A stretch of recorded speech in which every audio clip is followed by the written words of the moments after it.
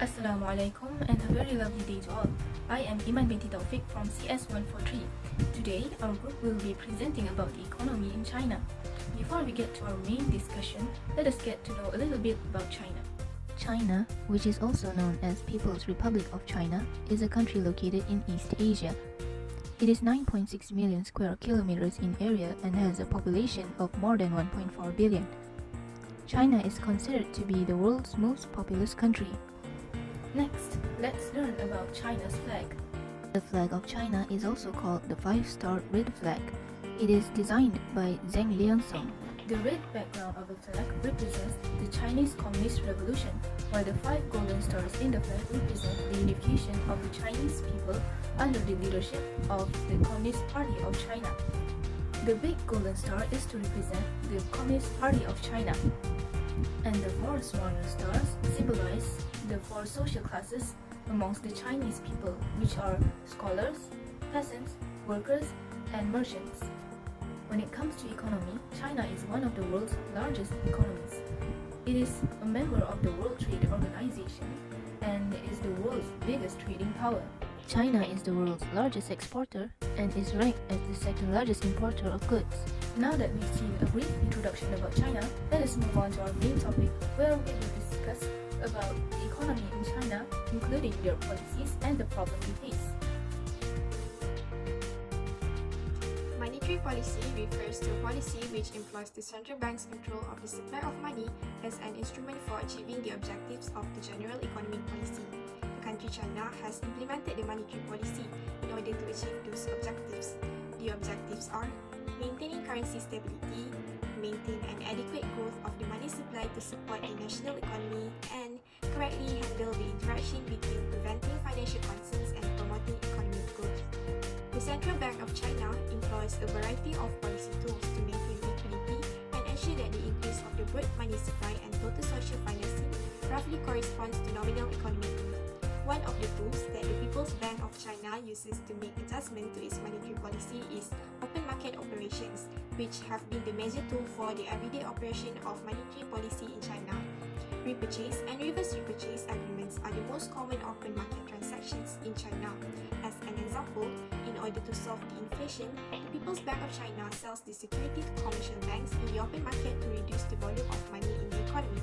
The PBOC can use these operations to regulate the money supply and interest rates on a short-term basis. The monetary policy that has been used by China since 1998 has received great success, which is consistent growth of total money and credit, some significant changes in credit structure, and has effectively supported national economic adjustment, keep domestic financial stability and the RMB exchange rate stable, and lastly, effectively realized the shift from direct to indirect monetary policy regulation.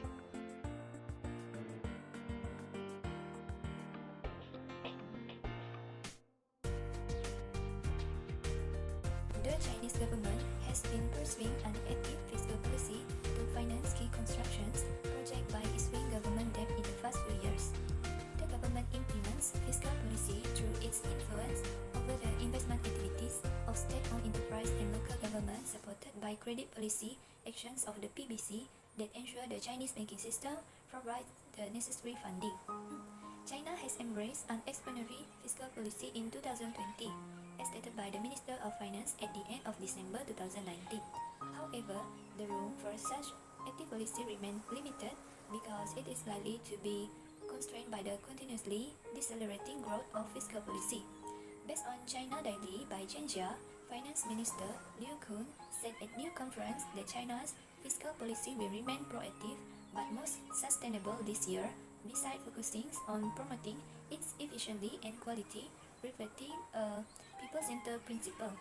The central government transfer payment to local will increase this year more than 8.3 trillion yuan, and this fund will be saved from controlling the central government's spending, according to the finance minister. Next, I would like to continue with economy policy in China. Economy policy refers to the methods and tactics used by the government to control the economy for achieving its economic goals. The objective of economy policy in China is to ensure full employment, price stability, economic development, the balance of payment equilibrium, and resources efficiency. Because of that, China has made an annual plan to be followed. It has been called the first 5 years plan from 1953 until 1957. The plan prioritizes is to rapid expansion of the industry to the extent that some of it have endangered other areas of the economy. The industrial sector received the majority of the state investment, while agriculture, the employer forced to rely on their micro capital resource for their fund requirement.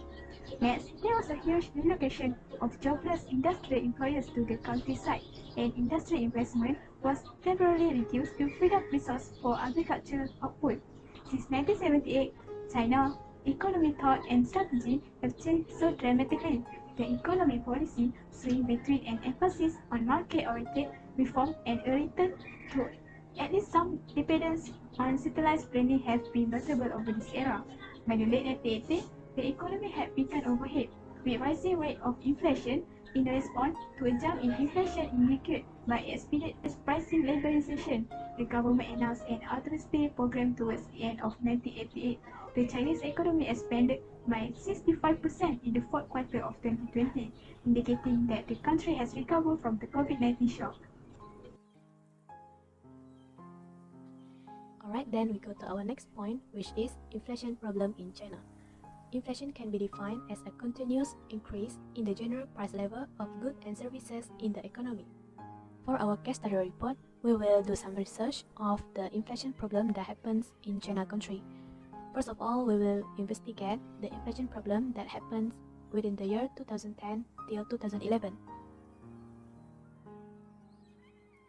As you can see from the figure here, the inflation rate in 2010 is 3.3, meanwhile, the inflation rate in 2011 is increased to 5.4%.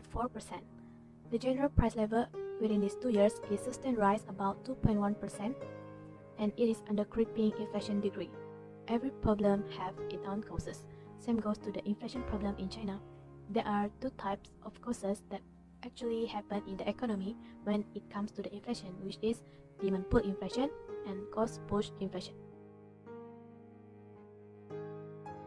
In 2011, China having the cost push inflation because in 2011 China have the highest inflation rate, which is 5.4%. Cost push inflation refers to an increase in the general price level with an increase in the cost of production. It looks like cost push inflation makes all the products that related to each other will having a rising price in the general price level. Besides, the cost push inflation have the three type of the other inflation, where import push inflation might happen when the foreign country import some of the goods from China. For example, Americans used to import some of goods from Chinese, so there will be other markups along the way of the imported goods because the China itself having the inflation during the time. Import push inflation occurs when the price of the imported raw or the finished goods increase.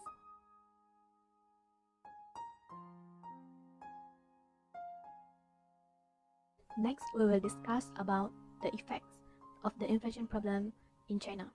In the economy, there are four types of effects that will happen during the inflation, which is first, distribution of income, the savings, the productions, and lastly, the balance of trade. However, not all the people in China will talk that the inflation will bring injuries to their society. There are two types of people during the inflation, which is the gainers and the losers. The gainers means the people that tend to stand during the inflation because they are gain profit during to the rising price of the goods and services. Meanwhile, the losers is the people that comes from the fixed income group. Fixed income group, which means the people that work under the government that have their salary or wages that have been fixed income group, means the people that work under the government. Their income is fixed even when the value of money is low or smaller during the inflation problem. However, inflation can be both beneficial to the economic recovery because in some cases it erodes some purchasing power of how much of some things can be purchased with currency.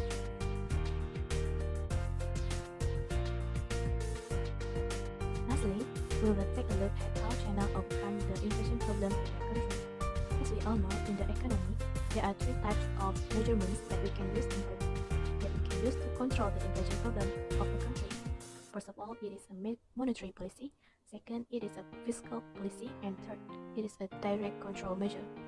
As for China, in 2011, which that have the highest inflation rate, China used to slow down the production of their goods in order to control the inflation. As for 2011, the inflation rate decreased to 2.65%, and it shows that China's success in order to control the inflation rate. Besides that, China also used to downgrade its asset value to the other country like India because China wants to nurture the significant overweight on worries that will make the GDP growth and earning estimate for the country still have to be priced by markets. And that's all to conclude the inflation problem in China. Thank you. The next is about employment in China. China is a country that had the largest population on earth. Regarding the largest population in China, the shift of population into urban and rural areas is both having a serious impact of the employment situation because the range to supply of new workers it just remains 10 million per annum. So this huge population maybe would not able to supply a job for all the population because it exceeds the range supply of new workers.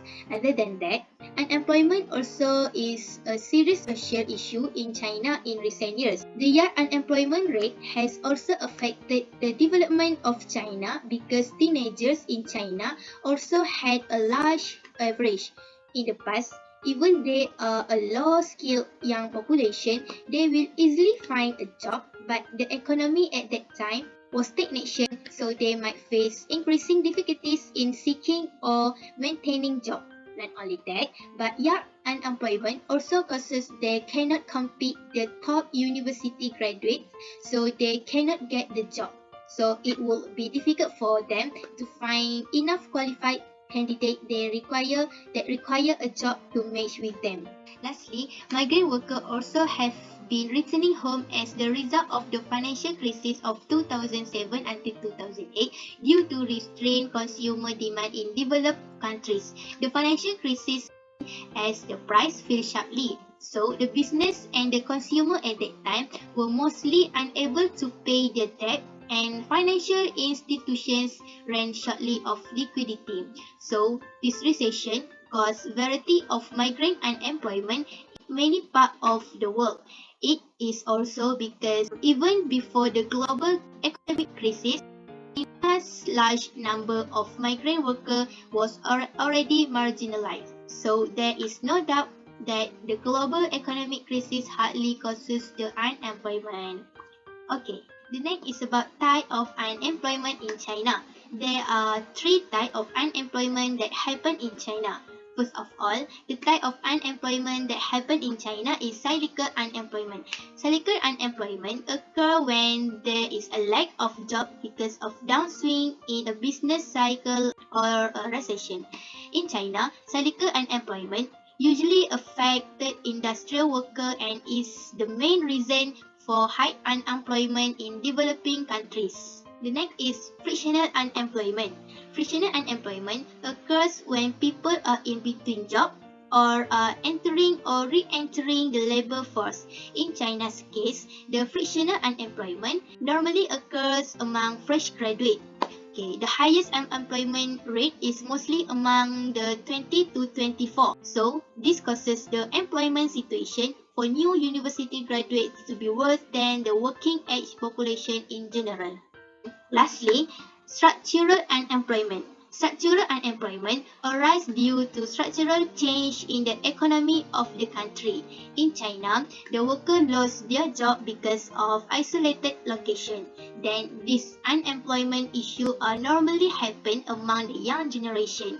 At the same time, college and university graduates mostly cannot find a job and difficult to get a job because of the teaching and learning environment.